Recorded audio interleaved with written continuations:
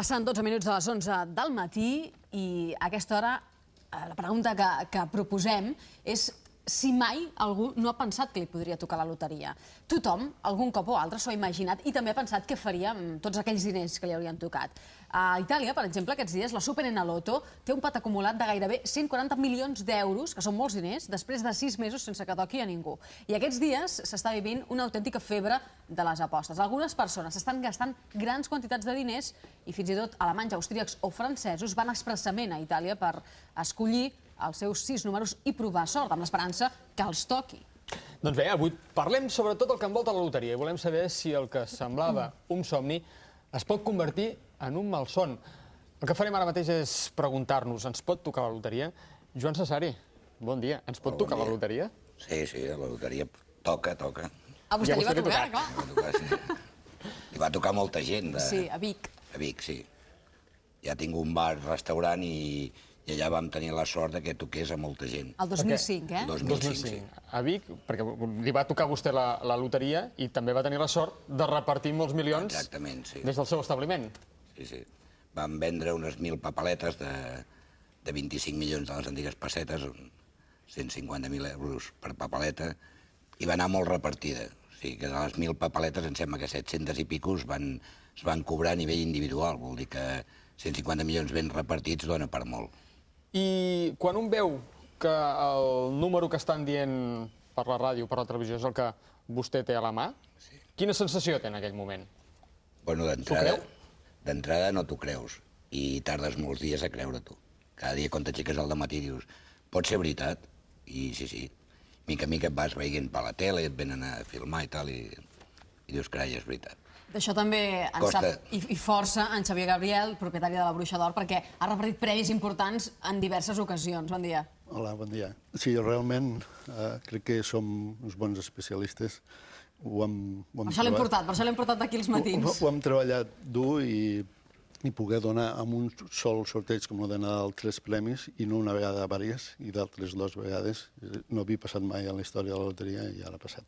Però en el cas de la seva administració és qüestió de sort o és pel fet que vostès són l'administració que venen més números de loteria de tot l'Estat? És una qüestió estadística. Venem un 40% més que totes les Illes Canàries juntes en un poble amb una sola administració. Per tant, hi ha més probabilitats que toqui. Evidentment, hem treballat des del primer dia per vendre el màxim per concentrar el major número possible de sort i, de fet, s'ha aconseguit i s'ha demostrat.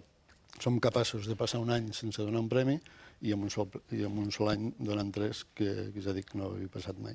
Yolanda, vostè és professora de matemàtiques. Clar, a més volum de venda, més possibilitats hi ha, més números hi ha, òbviament que pugui sortir algun dels números premiats. Sí, esclar. El que passa és que sempre estem parlant de fraccions molt petitones. Vull dir que la loteria, per exemple, que té 85.000 números, si tu compres un número, la probabilitat que et toqui és una entre 85.000. Si compres 2 números, doncs 2 entre 85.000. Clar, la probabilitat és molt petita. I, a veure, jo no vull donar lliçons a ningú, evidentment, però en tot cas les matemàtiques que hi ha al darrere són molt clares. I com a anècdota jo us puc dir que no compro mai loteria. No creus, Ni tan sols la loteria de Nadal de l'institut. Bueno, amb això ja xoquem d'entrada. No podem pas estar d'acord amb res. Crec que de tots els jocs que hi ha al món, el més bo, el més rentable i el més segur és precisament pel que deies, 85.000 números és poquíssim i les possibilitats són moltes fins al punt que tinc clients que els hi ha tocat 4 vegades, com l'alcaldessa de Figuerola, que ho sap tothom, per això ho dic, i d'altres persones que no puc dir, però que també els hi ha tocat 2 o 3 vegades. Per tant, si un juga amb la loteria, i és molt diferent jugar amb la primitiva, que són 4 milions de possibilitats, o amb l'Euromillón, que són 85 milions de possibilitats, allí sí que realment dius que difícil serà que em toqui. Però quan estem parlant de la Loteria Nacional, el millor joc és l'enveja de tot el món. Per tant, val la pena jugar. Jo t'aconsello que juguis. Perquè si li toqués, què faria vostè? A veure... Clar, primer hauria de jugar, però si li toqués... El problema és que sóc excessivament realista i positivista, en el sentit que jo crec que hem de viure amb el que tenim i no muntar-nos la vida a partir del que no tenim. I a partir d'aquí, doncs, el corol·lari és que és com la gent quan està de vacances, que voldria estar sempre de vacances. La situació normal és treballar. Per tant, bé, està bé fer vacances, està bé que et toqui la loteria, però com que no és la situació normal, diguem-ne... Kernan Haynes, bon dia. Bon dia. Què ha de fer una persona, vostè és assessor financer, què ha de fer una persona que li toquen molts diners a la loteria? Home, com estem parlant en aquest cas d'un italià o un estranger, perquè estem parlant que molts turistes estan allà per la Aquests possibilitat. 140 milions d'euros, en aquesta Superenalotto italiana. Clar, la persona ha de pensar que quan cobra 140 milions d'euros, en aquest cas, fa un salt astronòmic en la categoria o la jerarquia de persones riques en el món, no? Evidentment, aquests 140 milions respecte a les persones més riques del planeta representen igual un 0,5%, per tant, és molt poc, però són molts diners.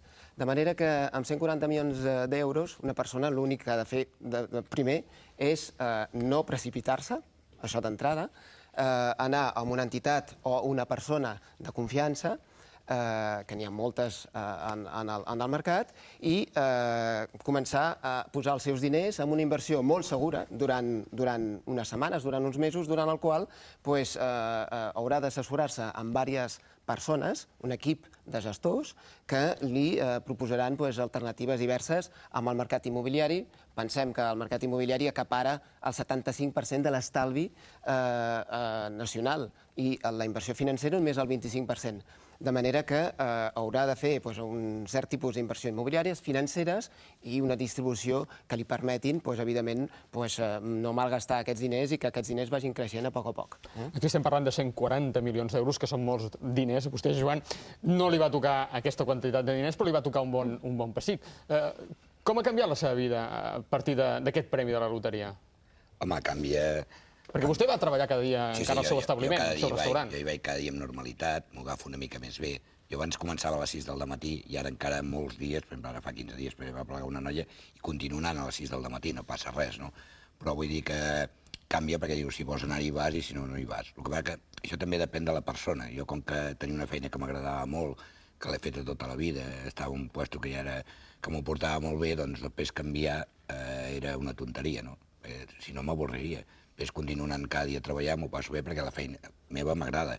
Ara és diferent d'un que està en una fàbrica 8 hores allà, pringat, té una hipoteca i tal, doncs aquell sí que diu, tu, plego, canvio i tal. En el meu cas, la vida ha canviat no tant, vull dir, estàs una mica més còmode, veus diferent, però tampoc. Una mica sí, perquè ara hi vas al 6:15, ja no hi vas... Sí, o a les 6:20, vull dir, i no, i si algun dia, per exemple, avui he anat a 7:15, ja ho tinc muntat, tu muntes perquè funcioni igualment i així. Però si algun dia tens que anar a les 6 no passa res i vaig, que ara ja he estat 15 dies anant i... Clara, vostè és psicòloga. Precisament el cas del Joan suposo que és el cas perfecte d'algú que li toca la loteria, però no canvia en excés al seu dia a dia més enllà que millori la seva vida. No sé si tenia hipoteca la va poder pagar, si tenia algun crèdit, va poder fer les vacances que volgués. Els estudis de felicitat que s'han fet sobre la gent que li toca la loteria doncs es veu una mica, o sigui, és un impacte positiu sobre la teva vida, sobre el teu curs vital.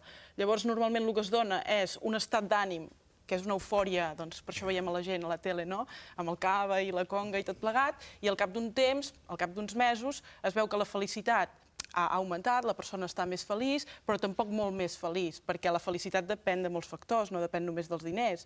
Hi ha la salut, hi ha la família, hi ha la parella, etc. Llavors, sí, millora, però esclar, és una millora relativa, després de tot, perquè hi ha més coses a la vida.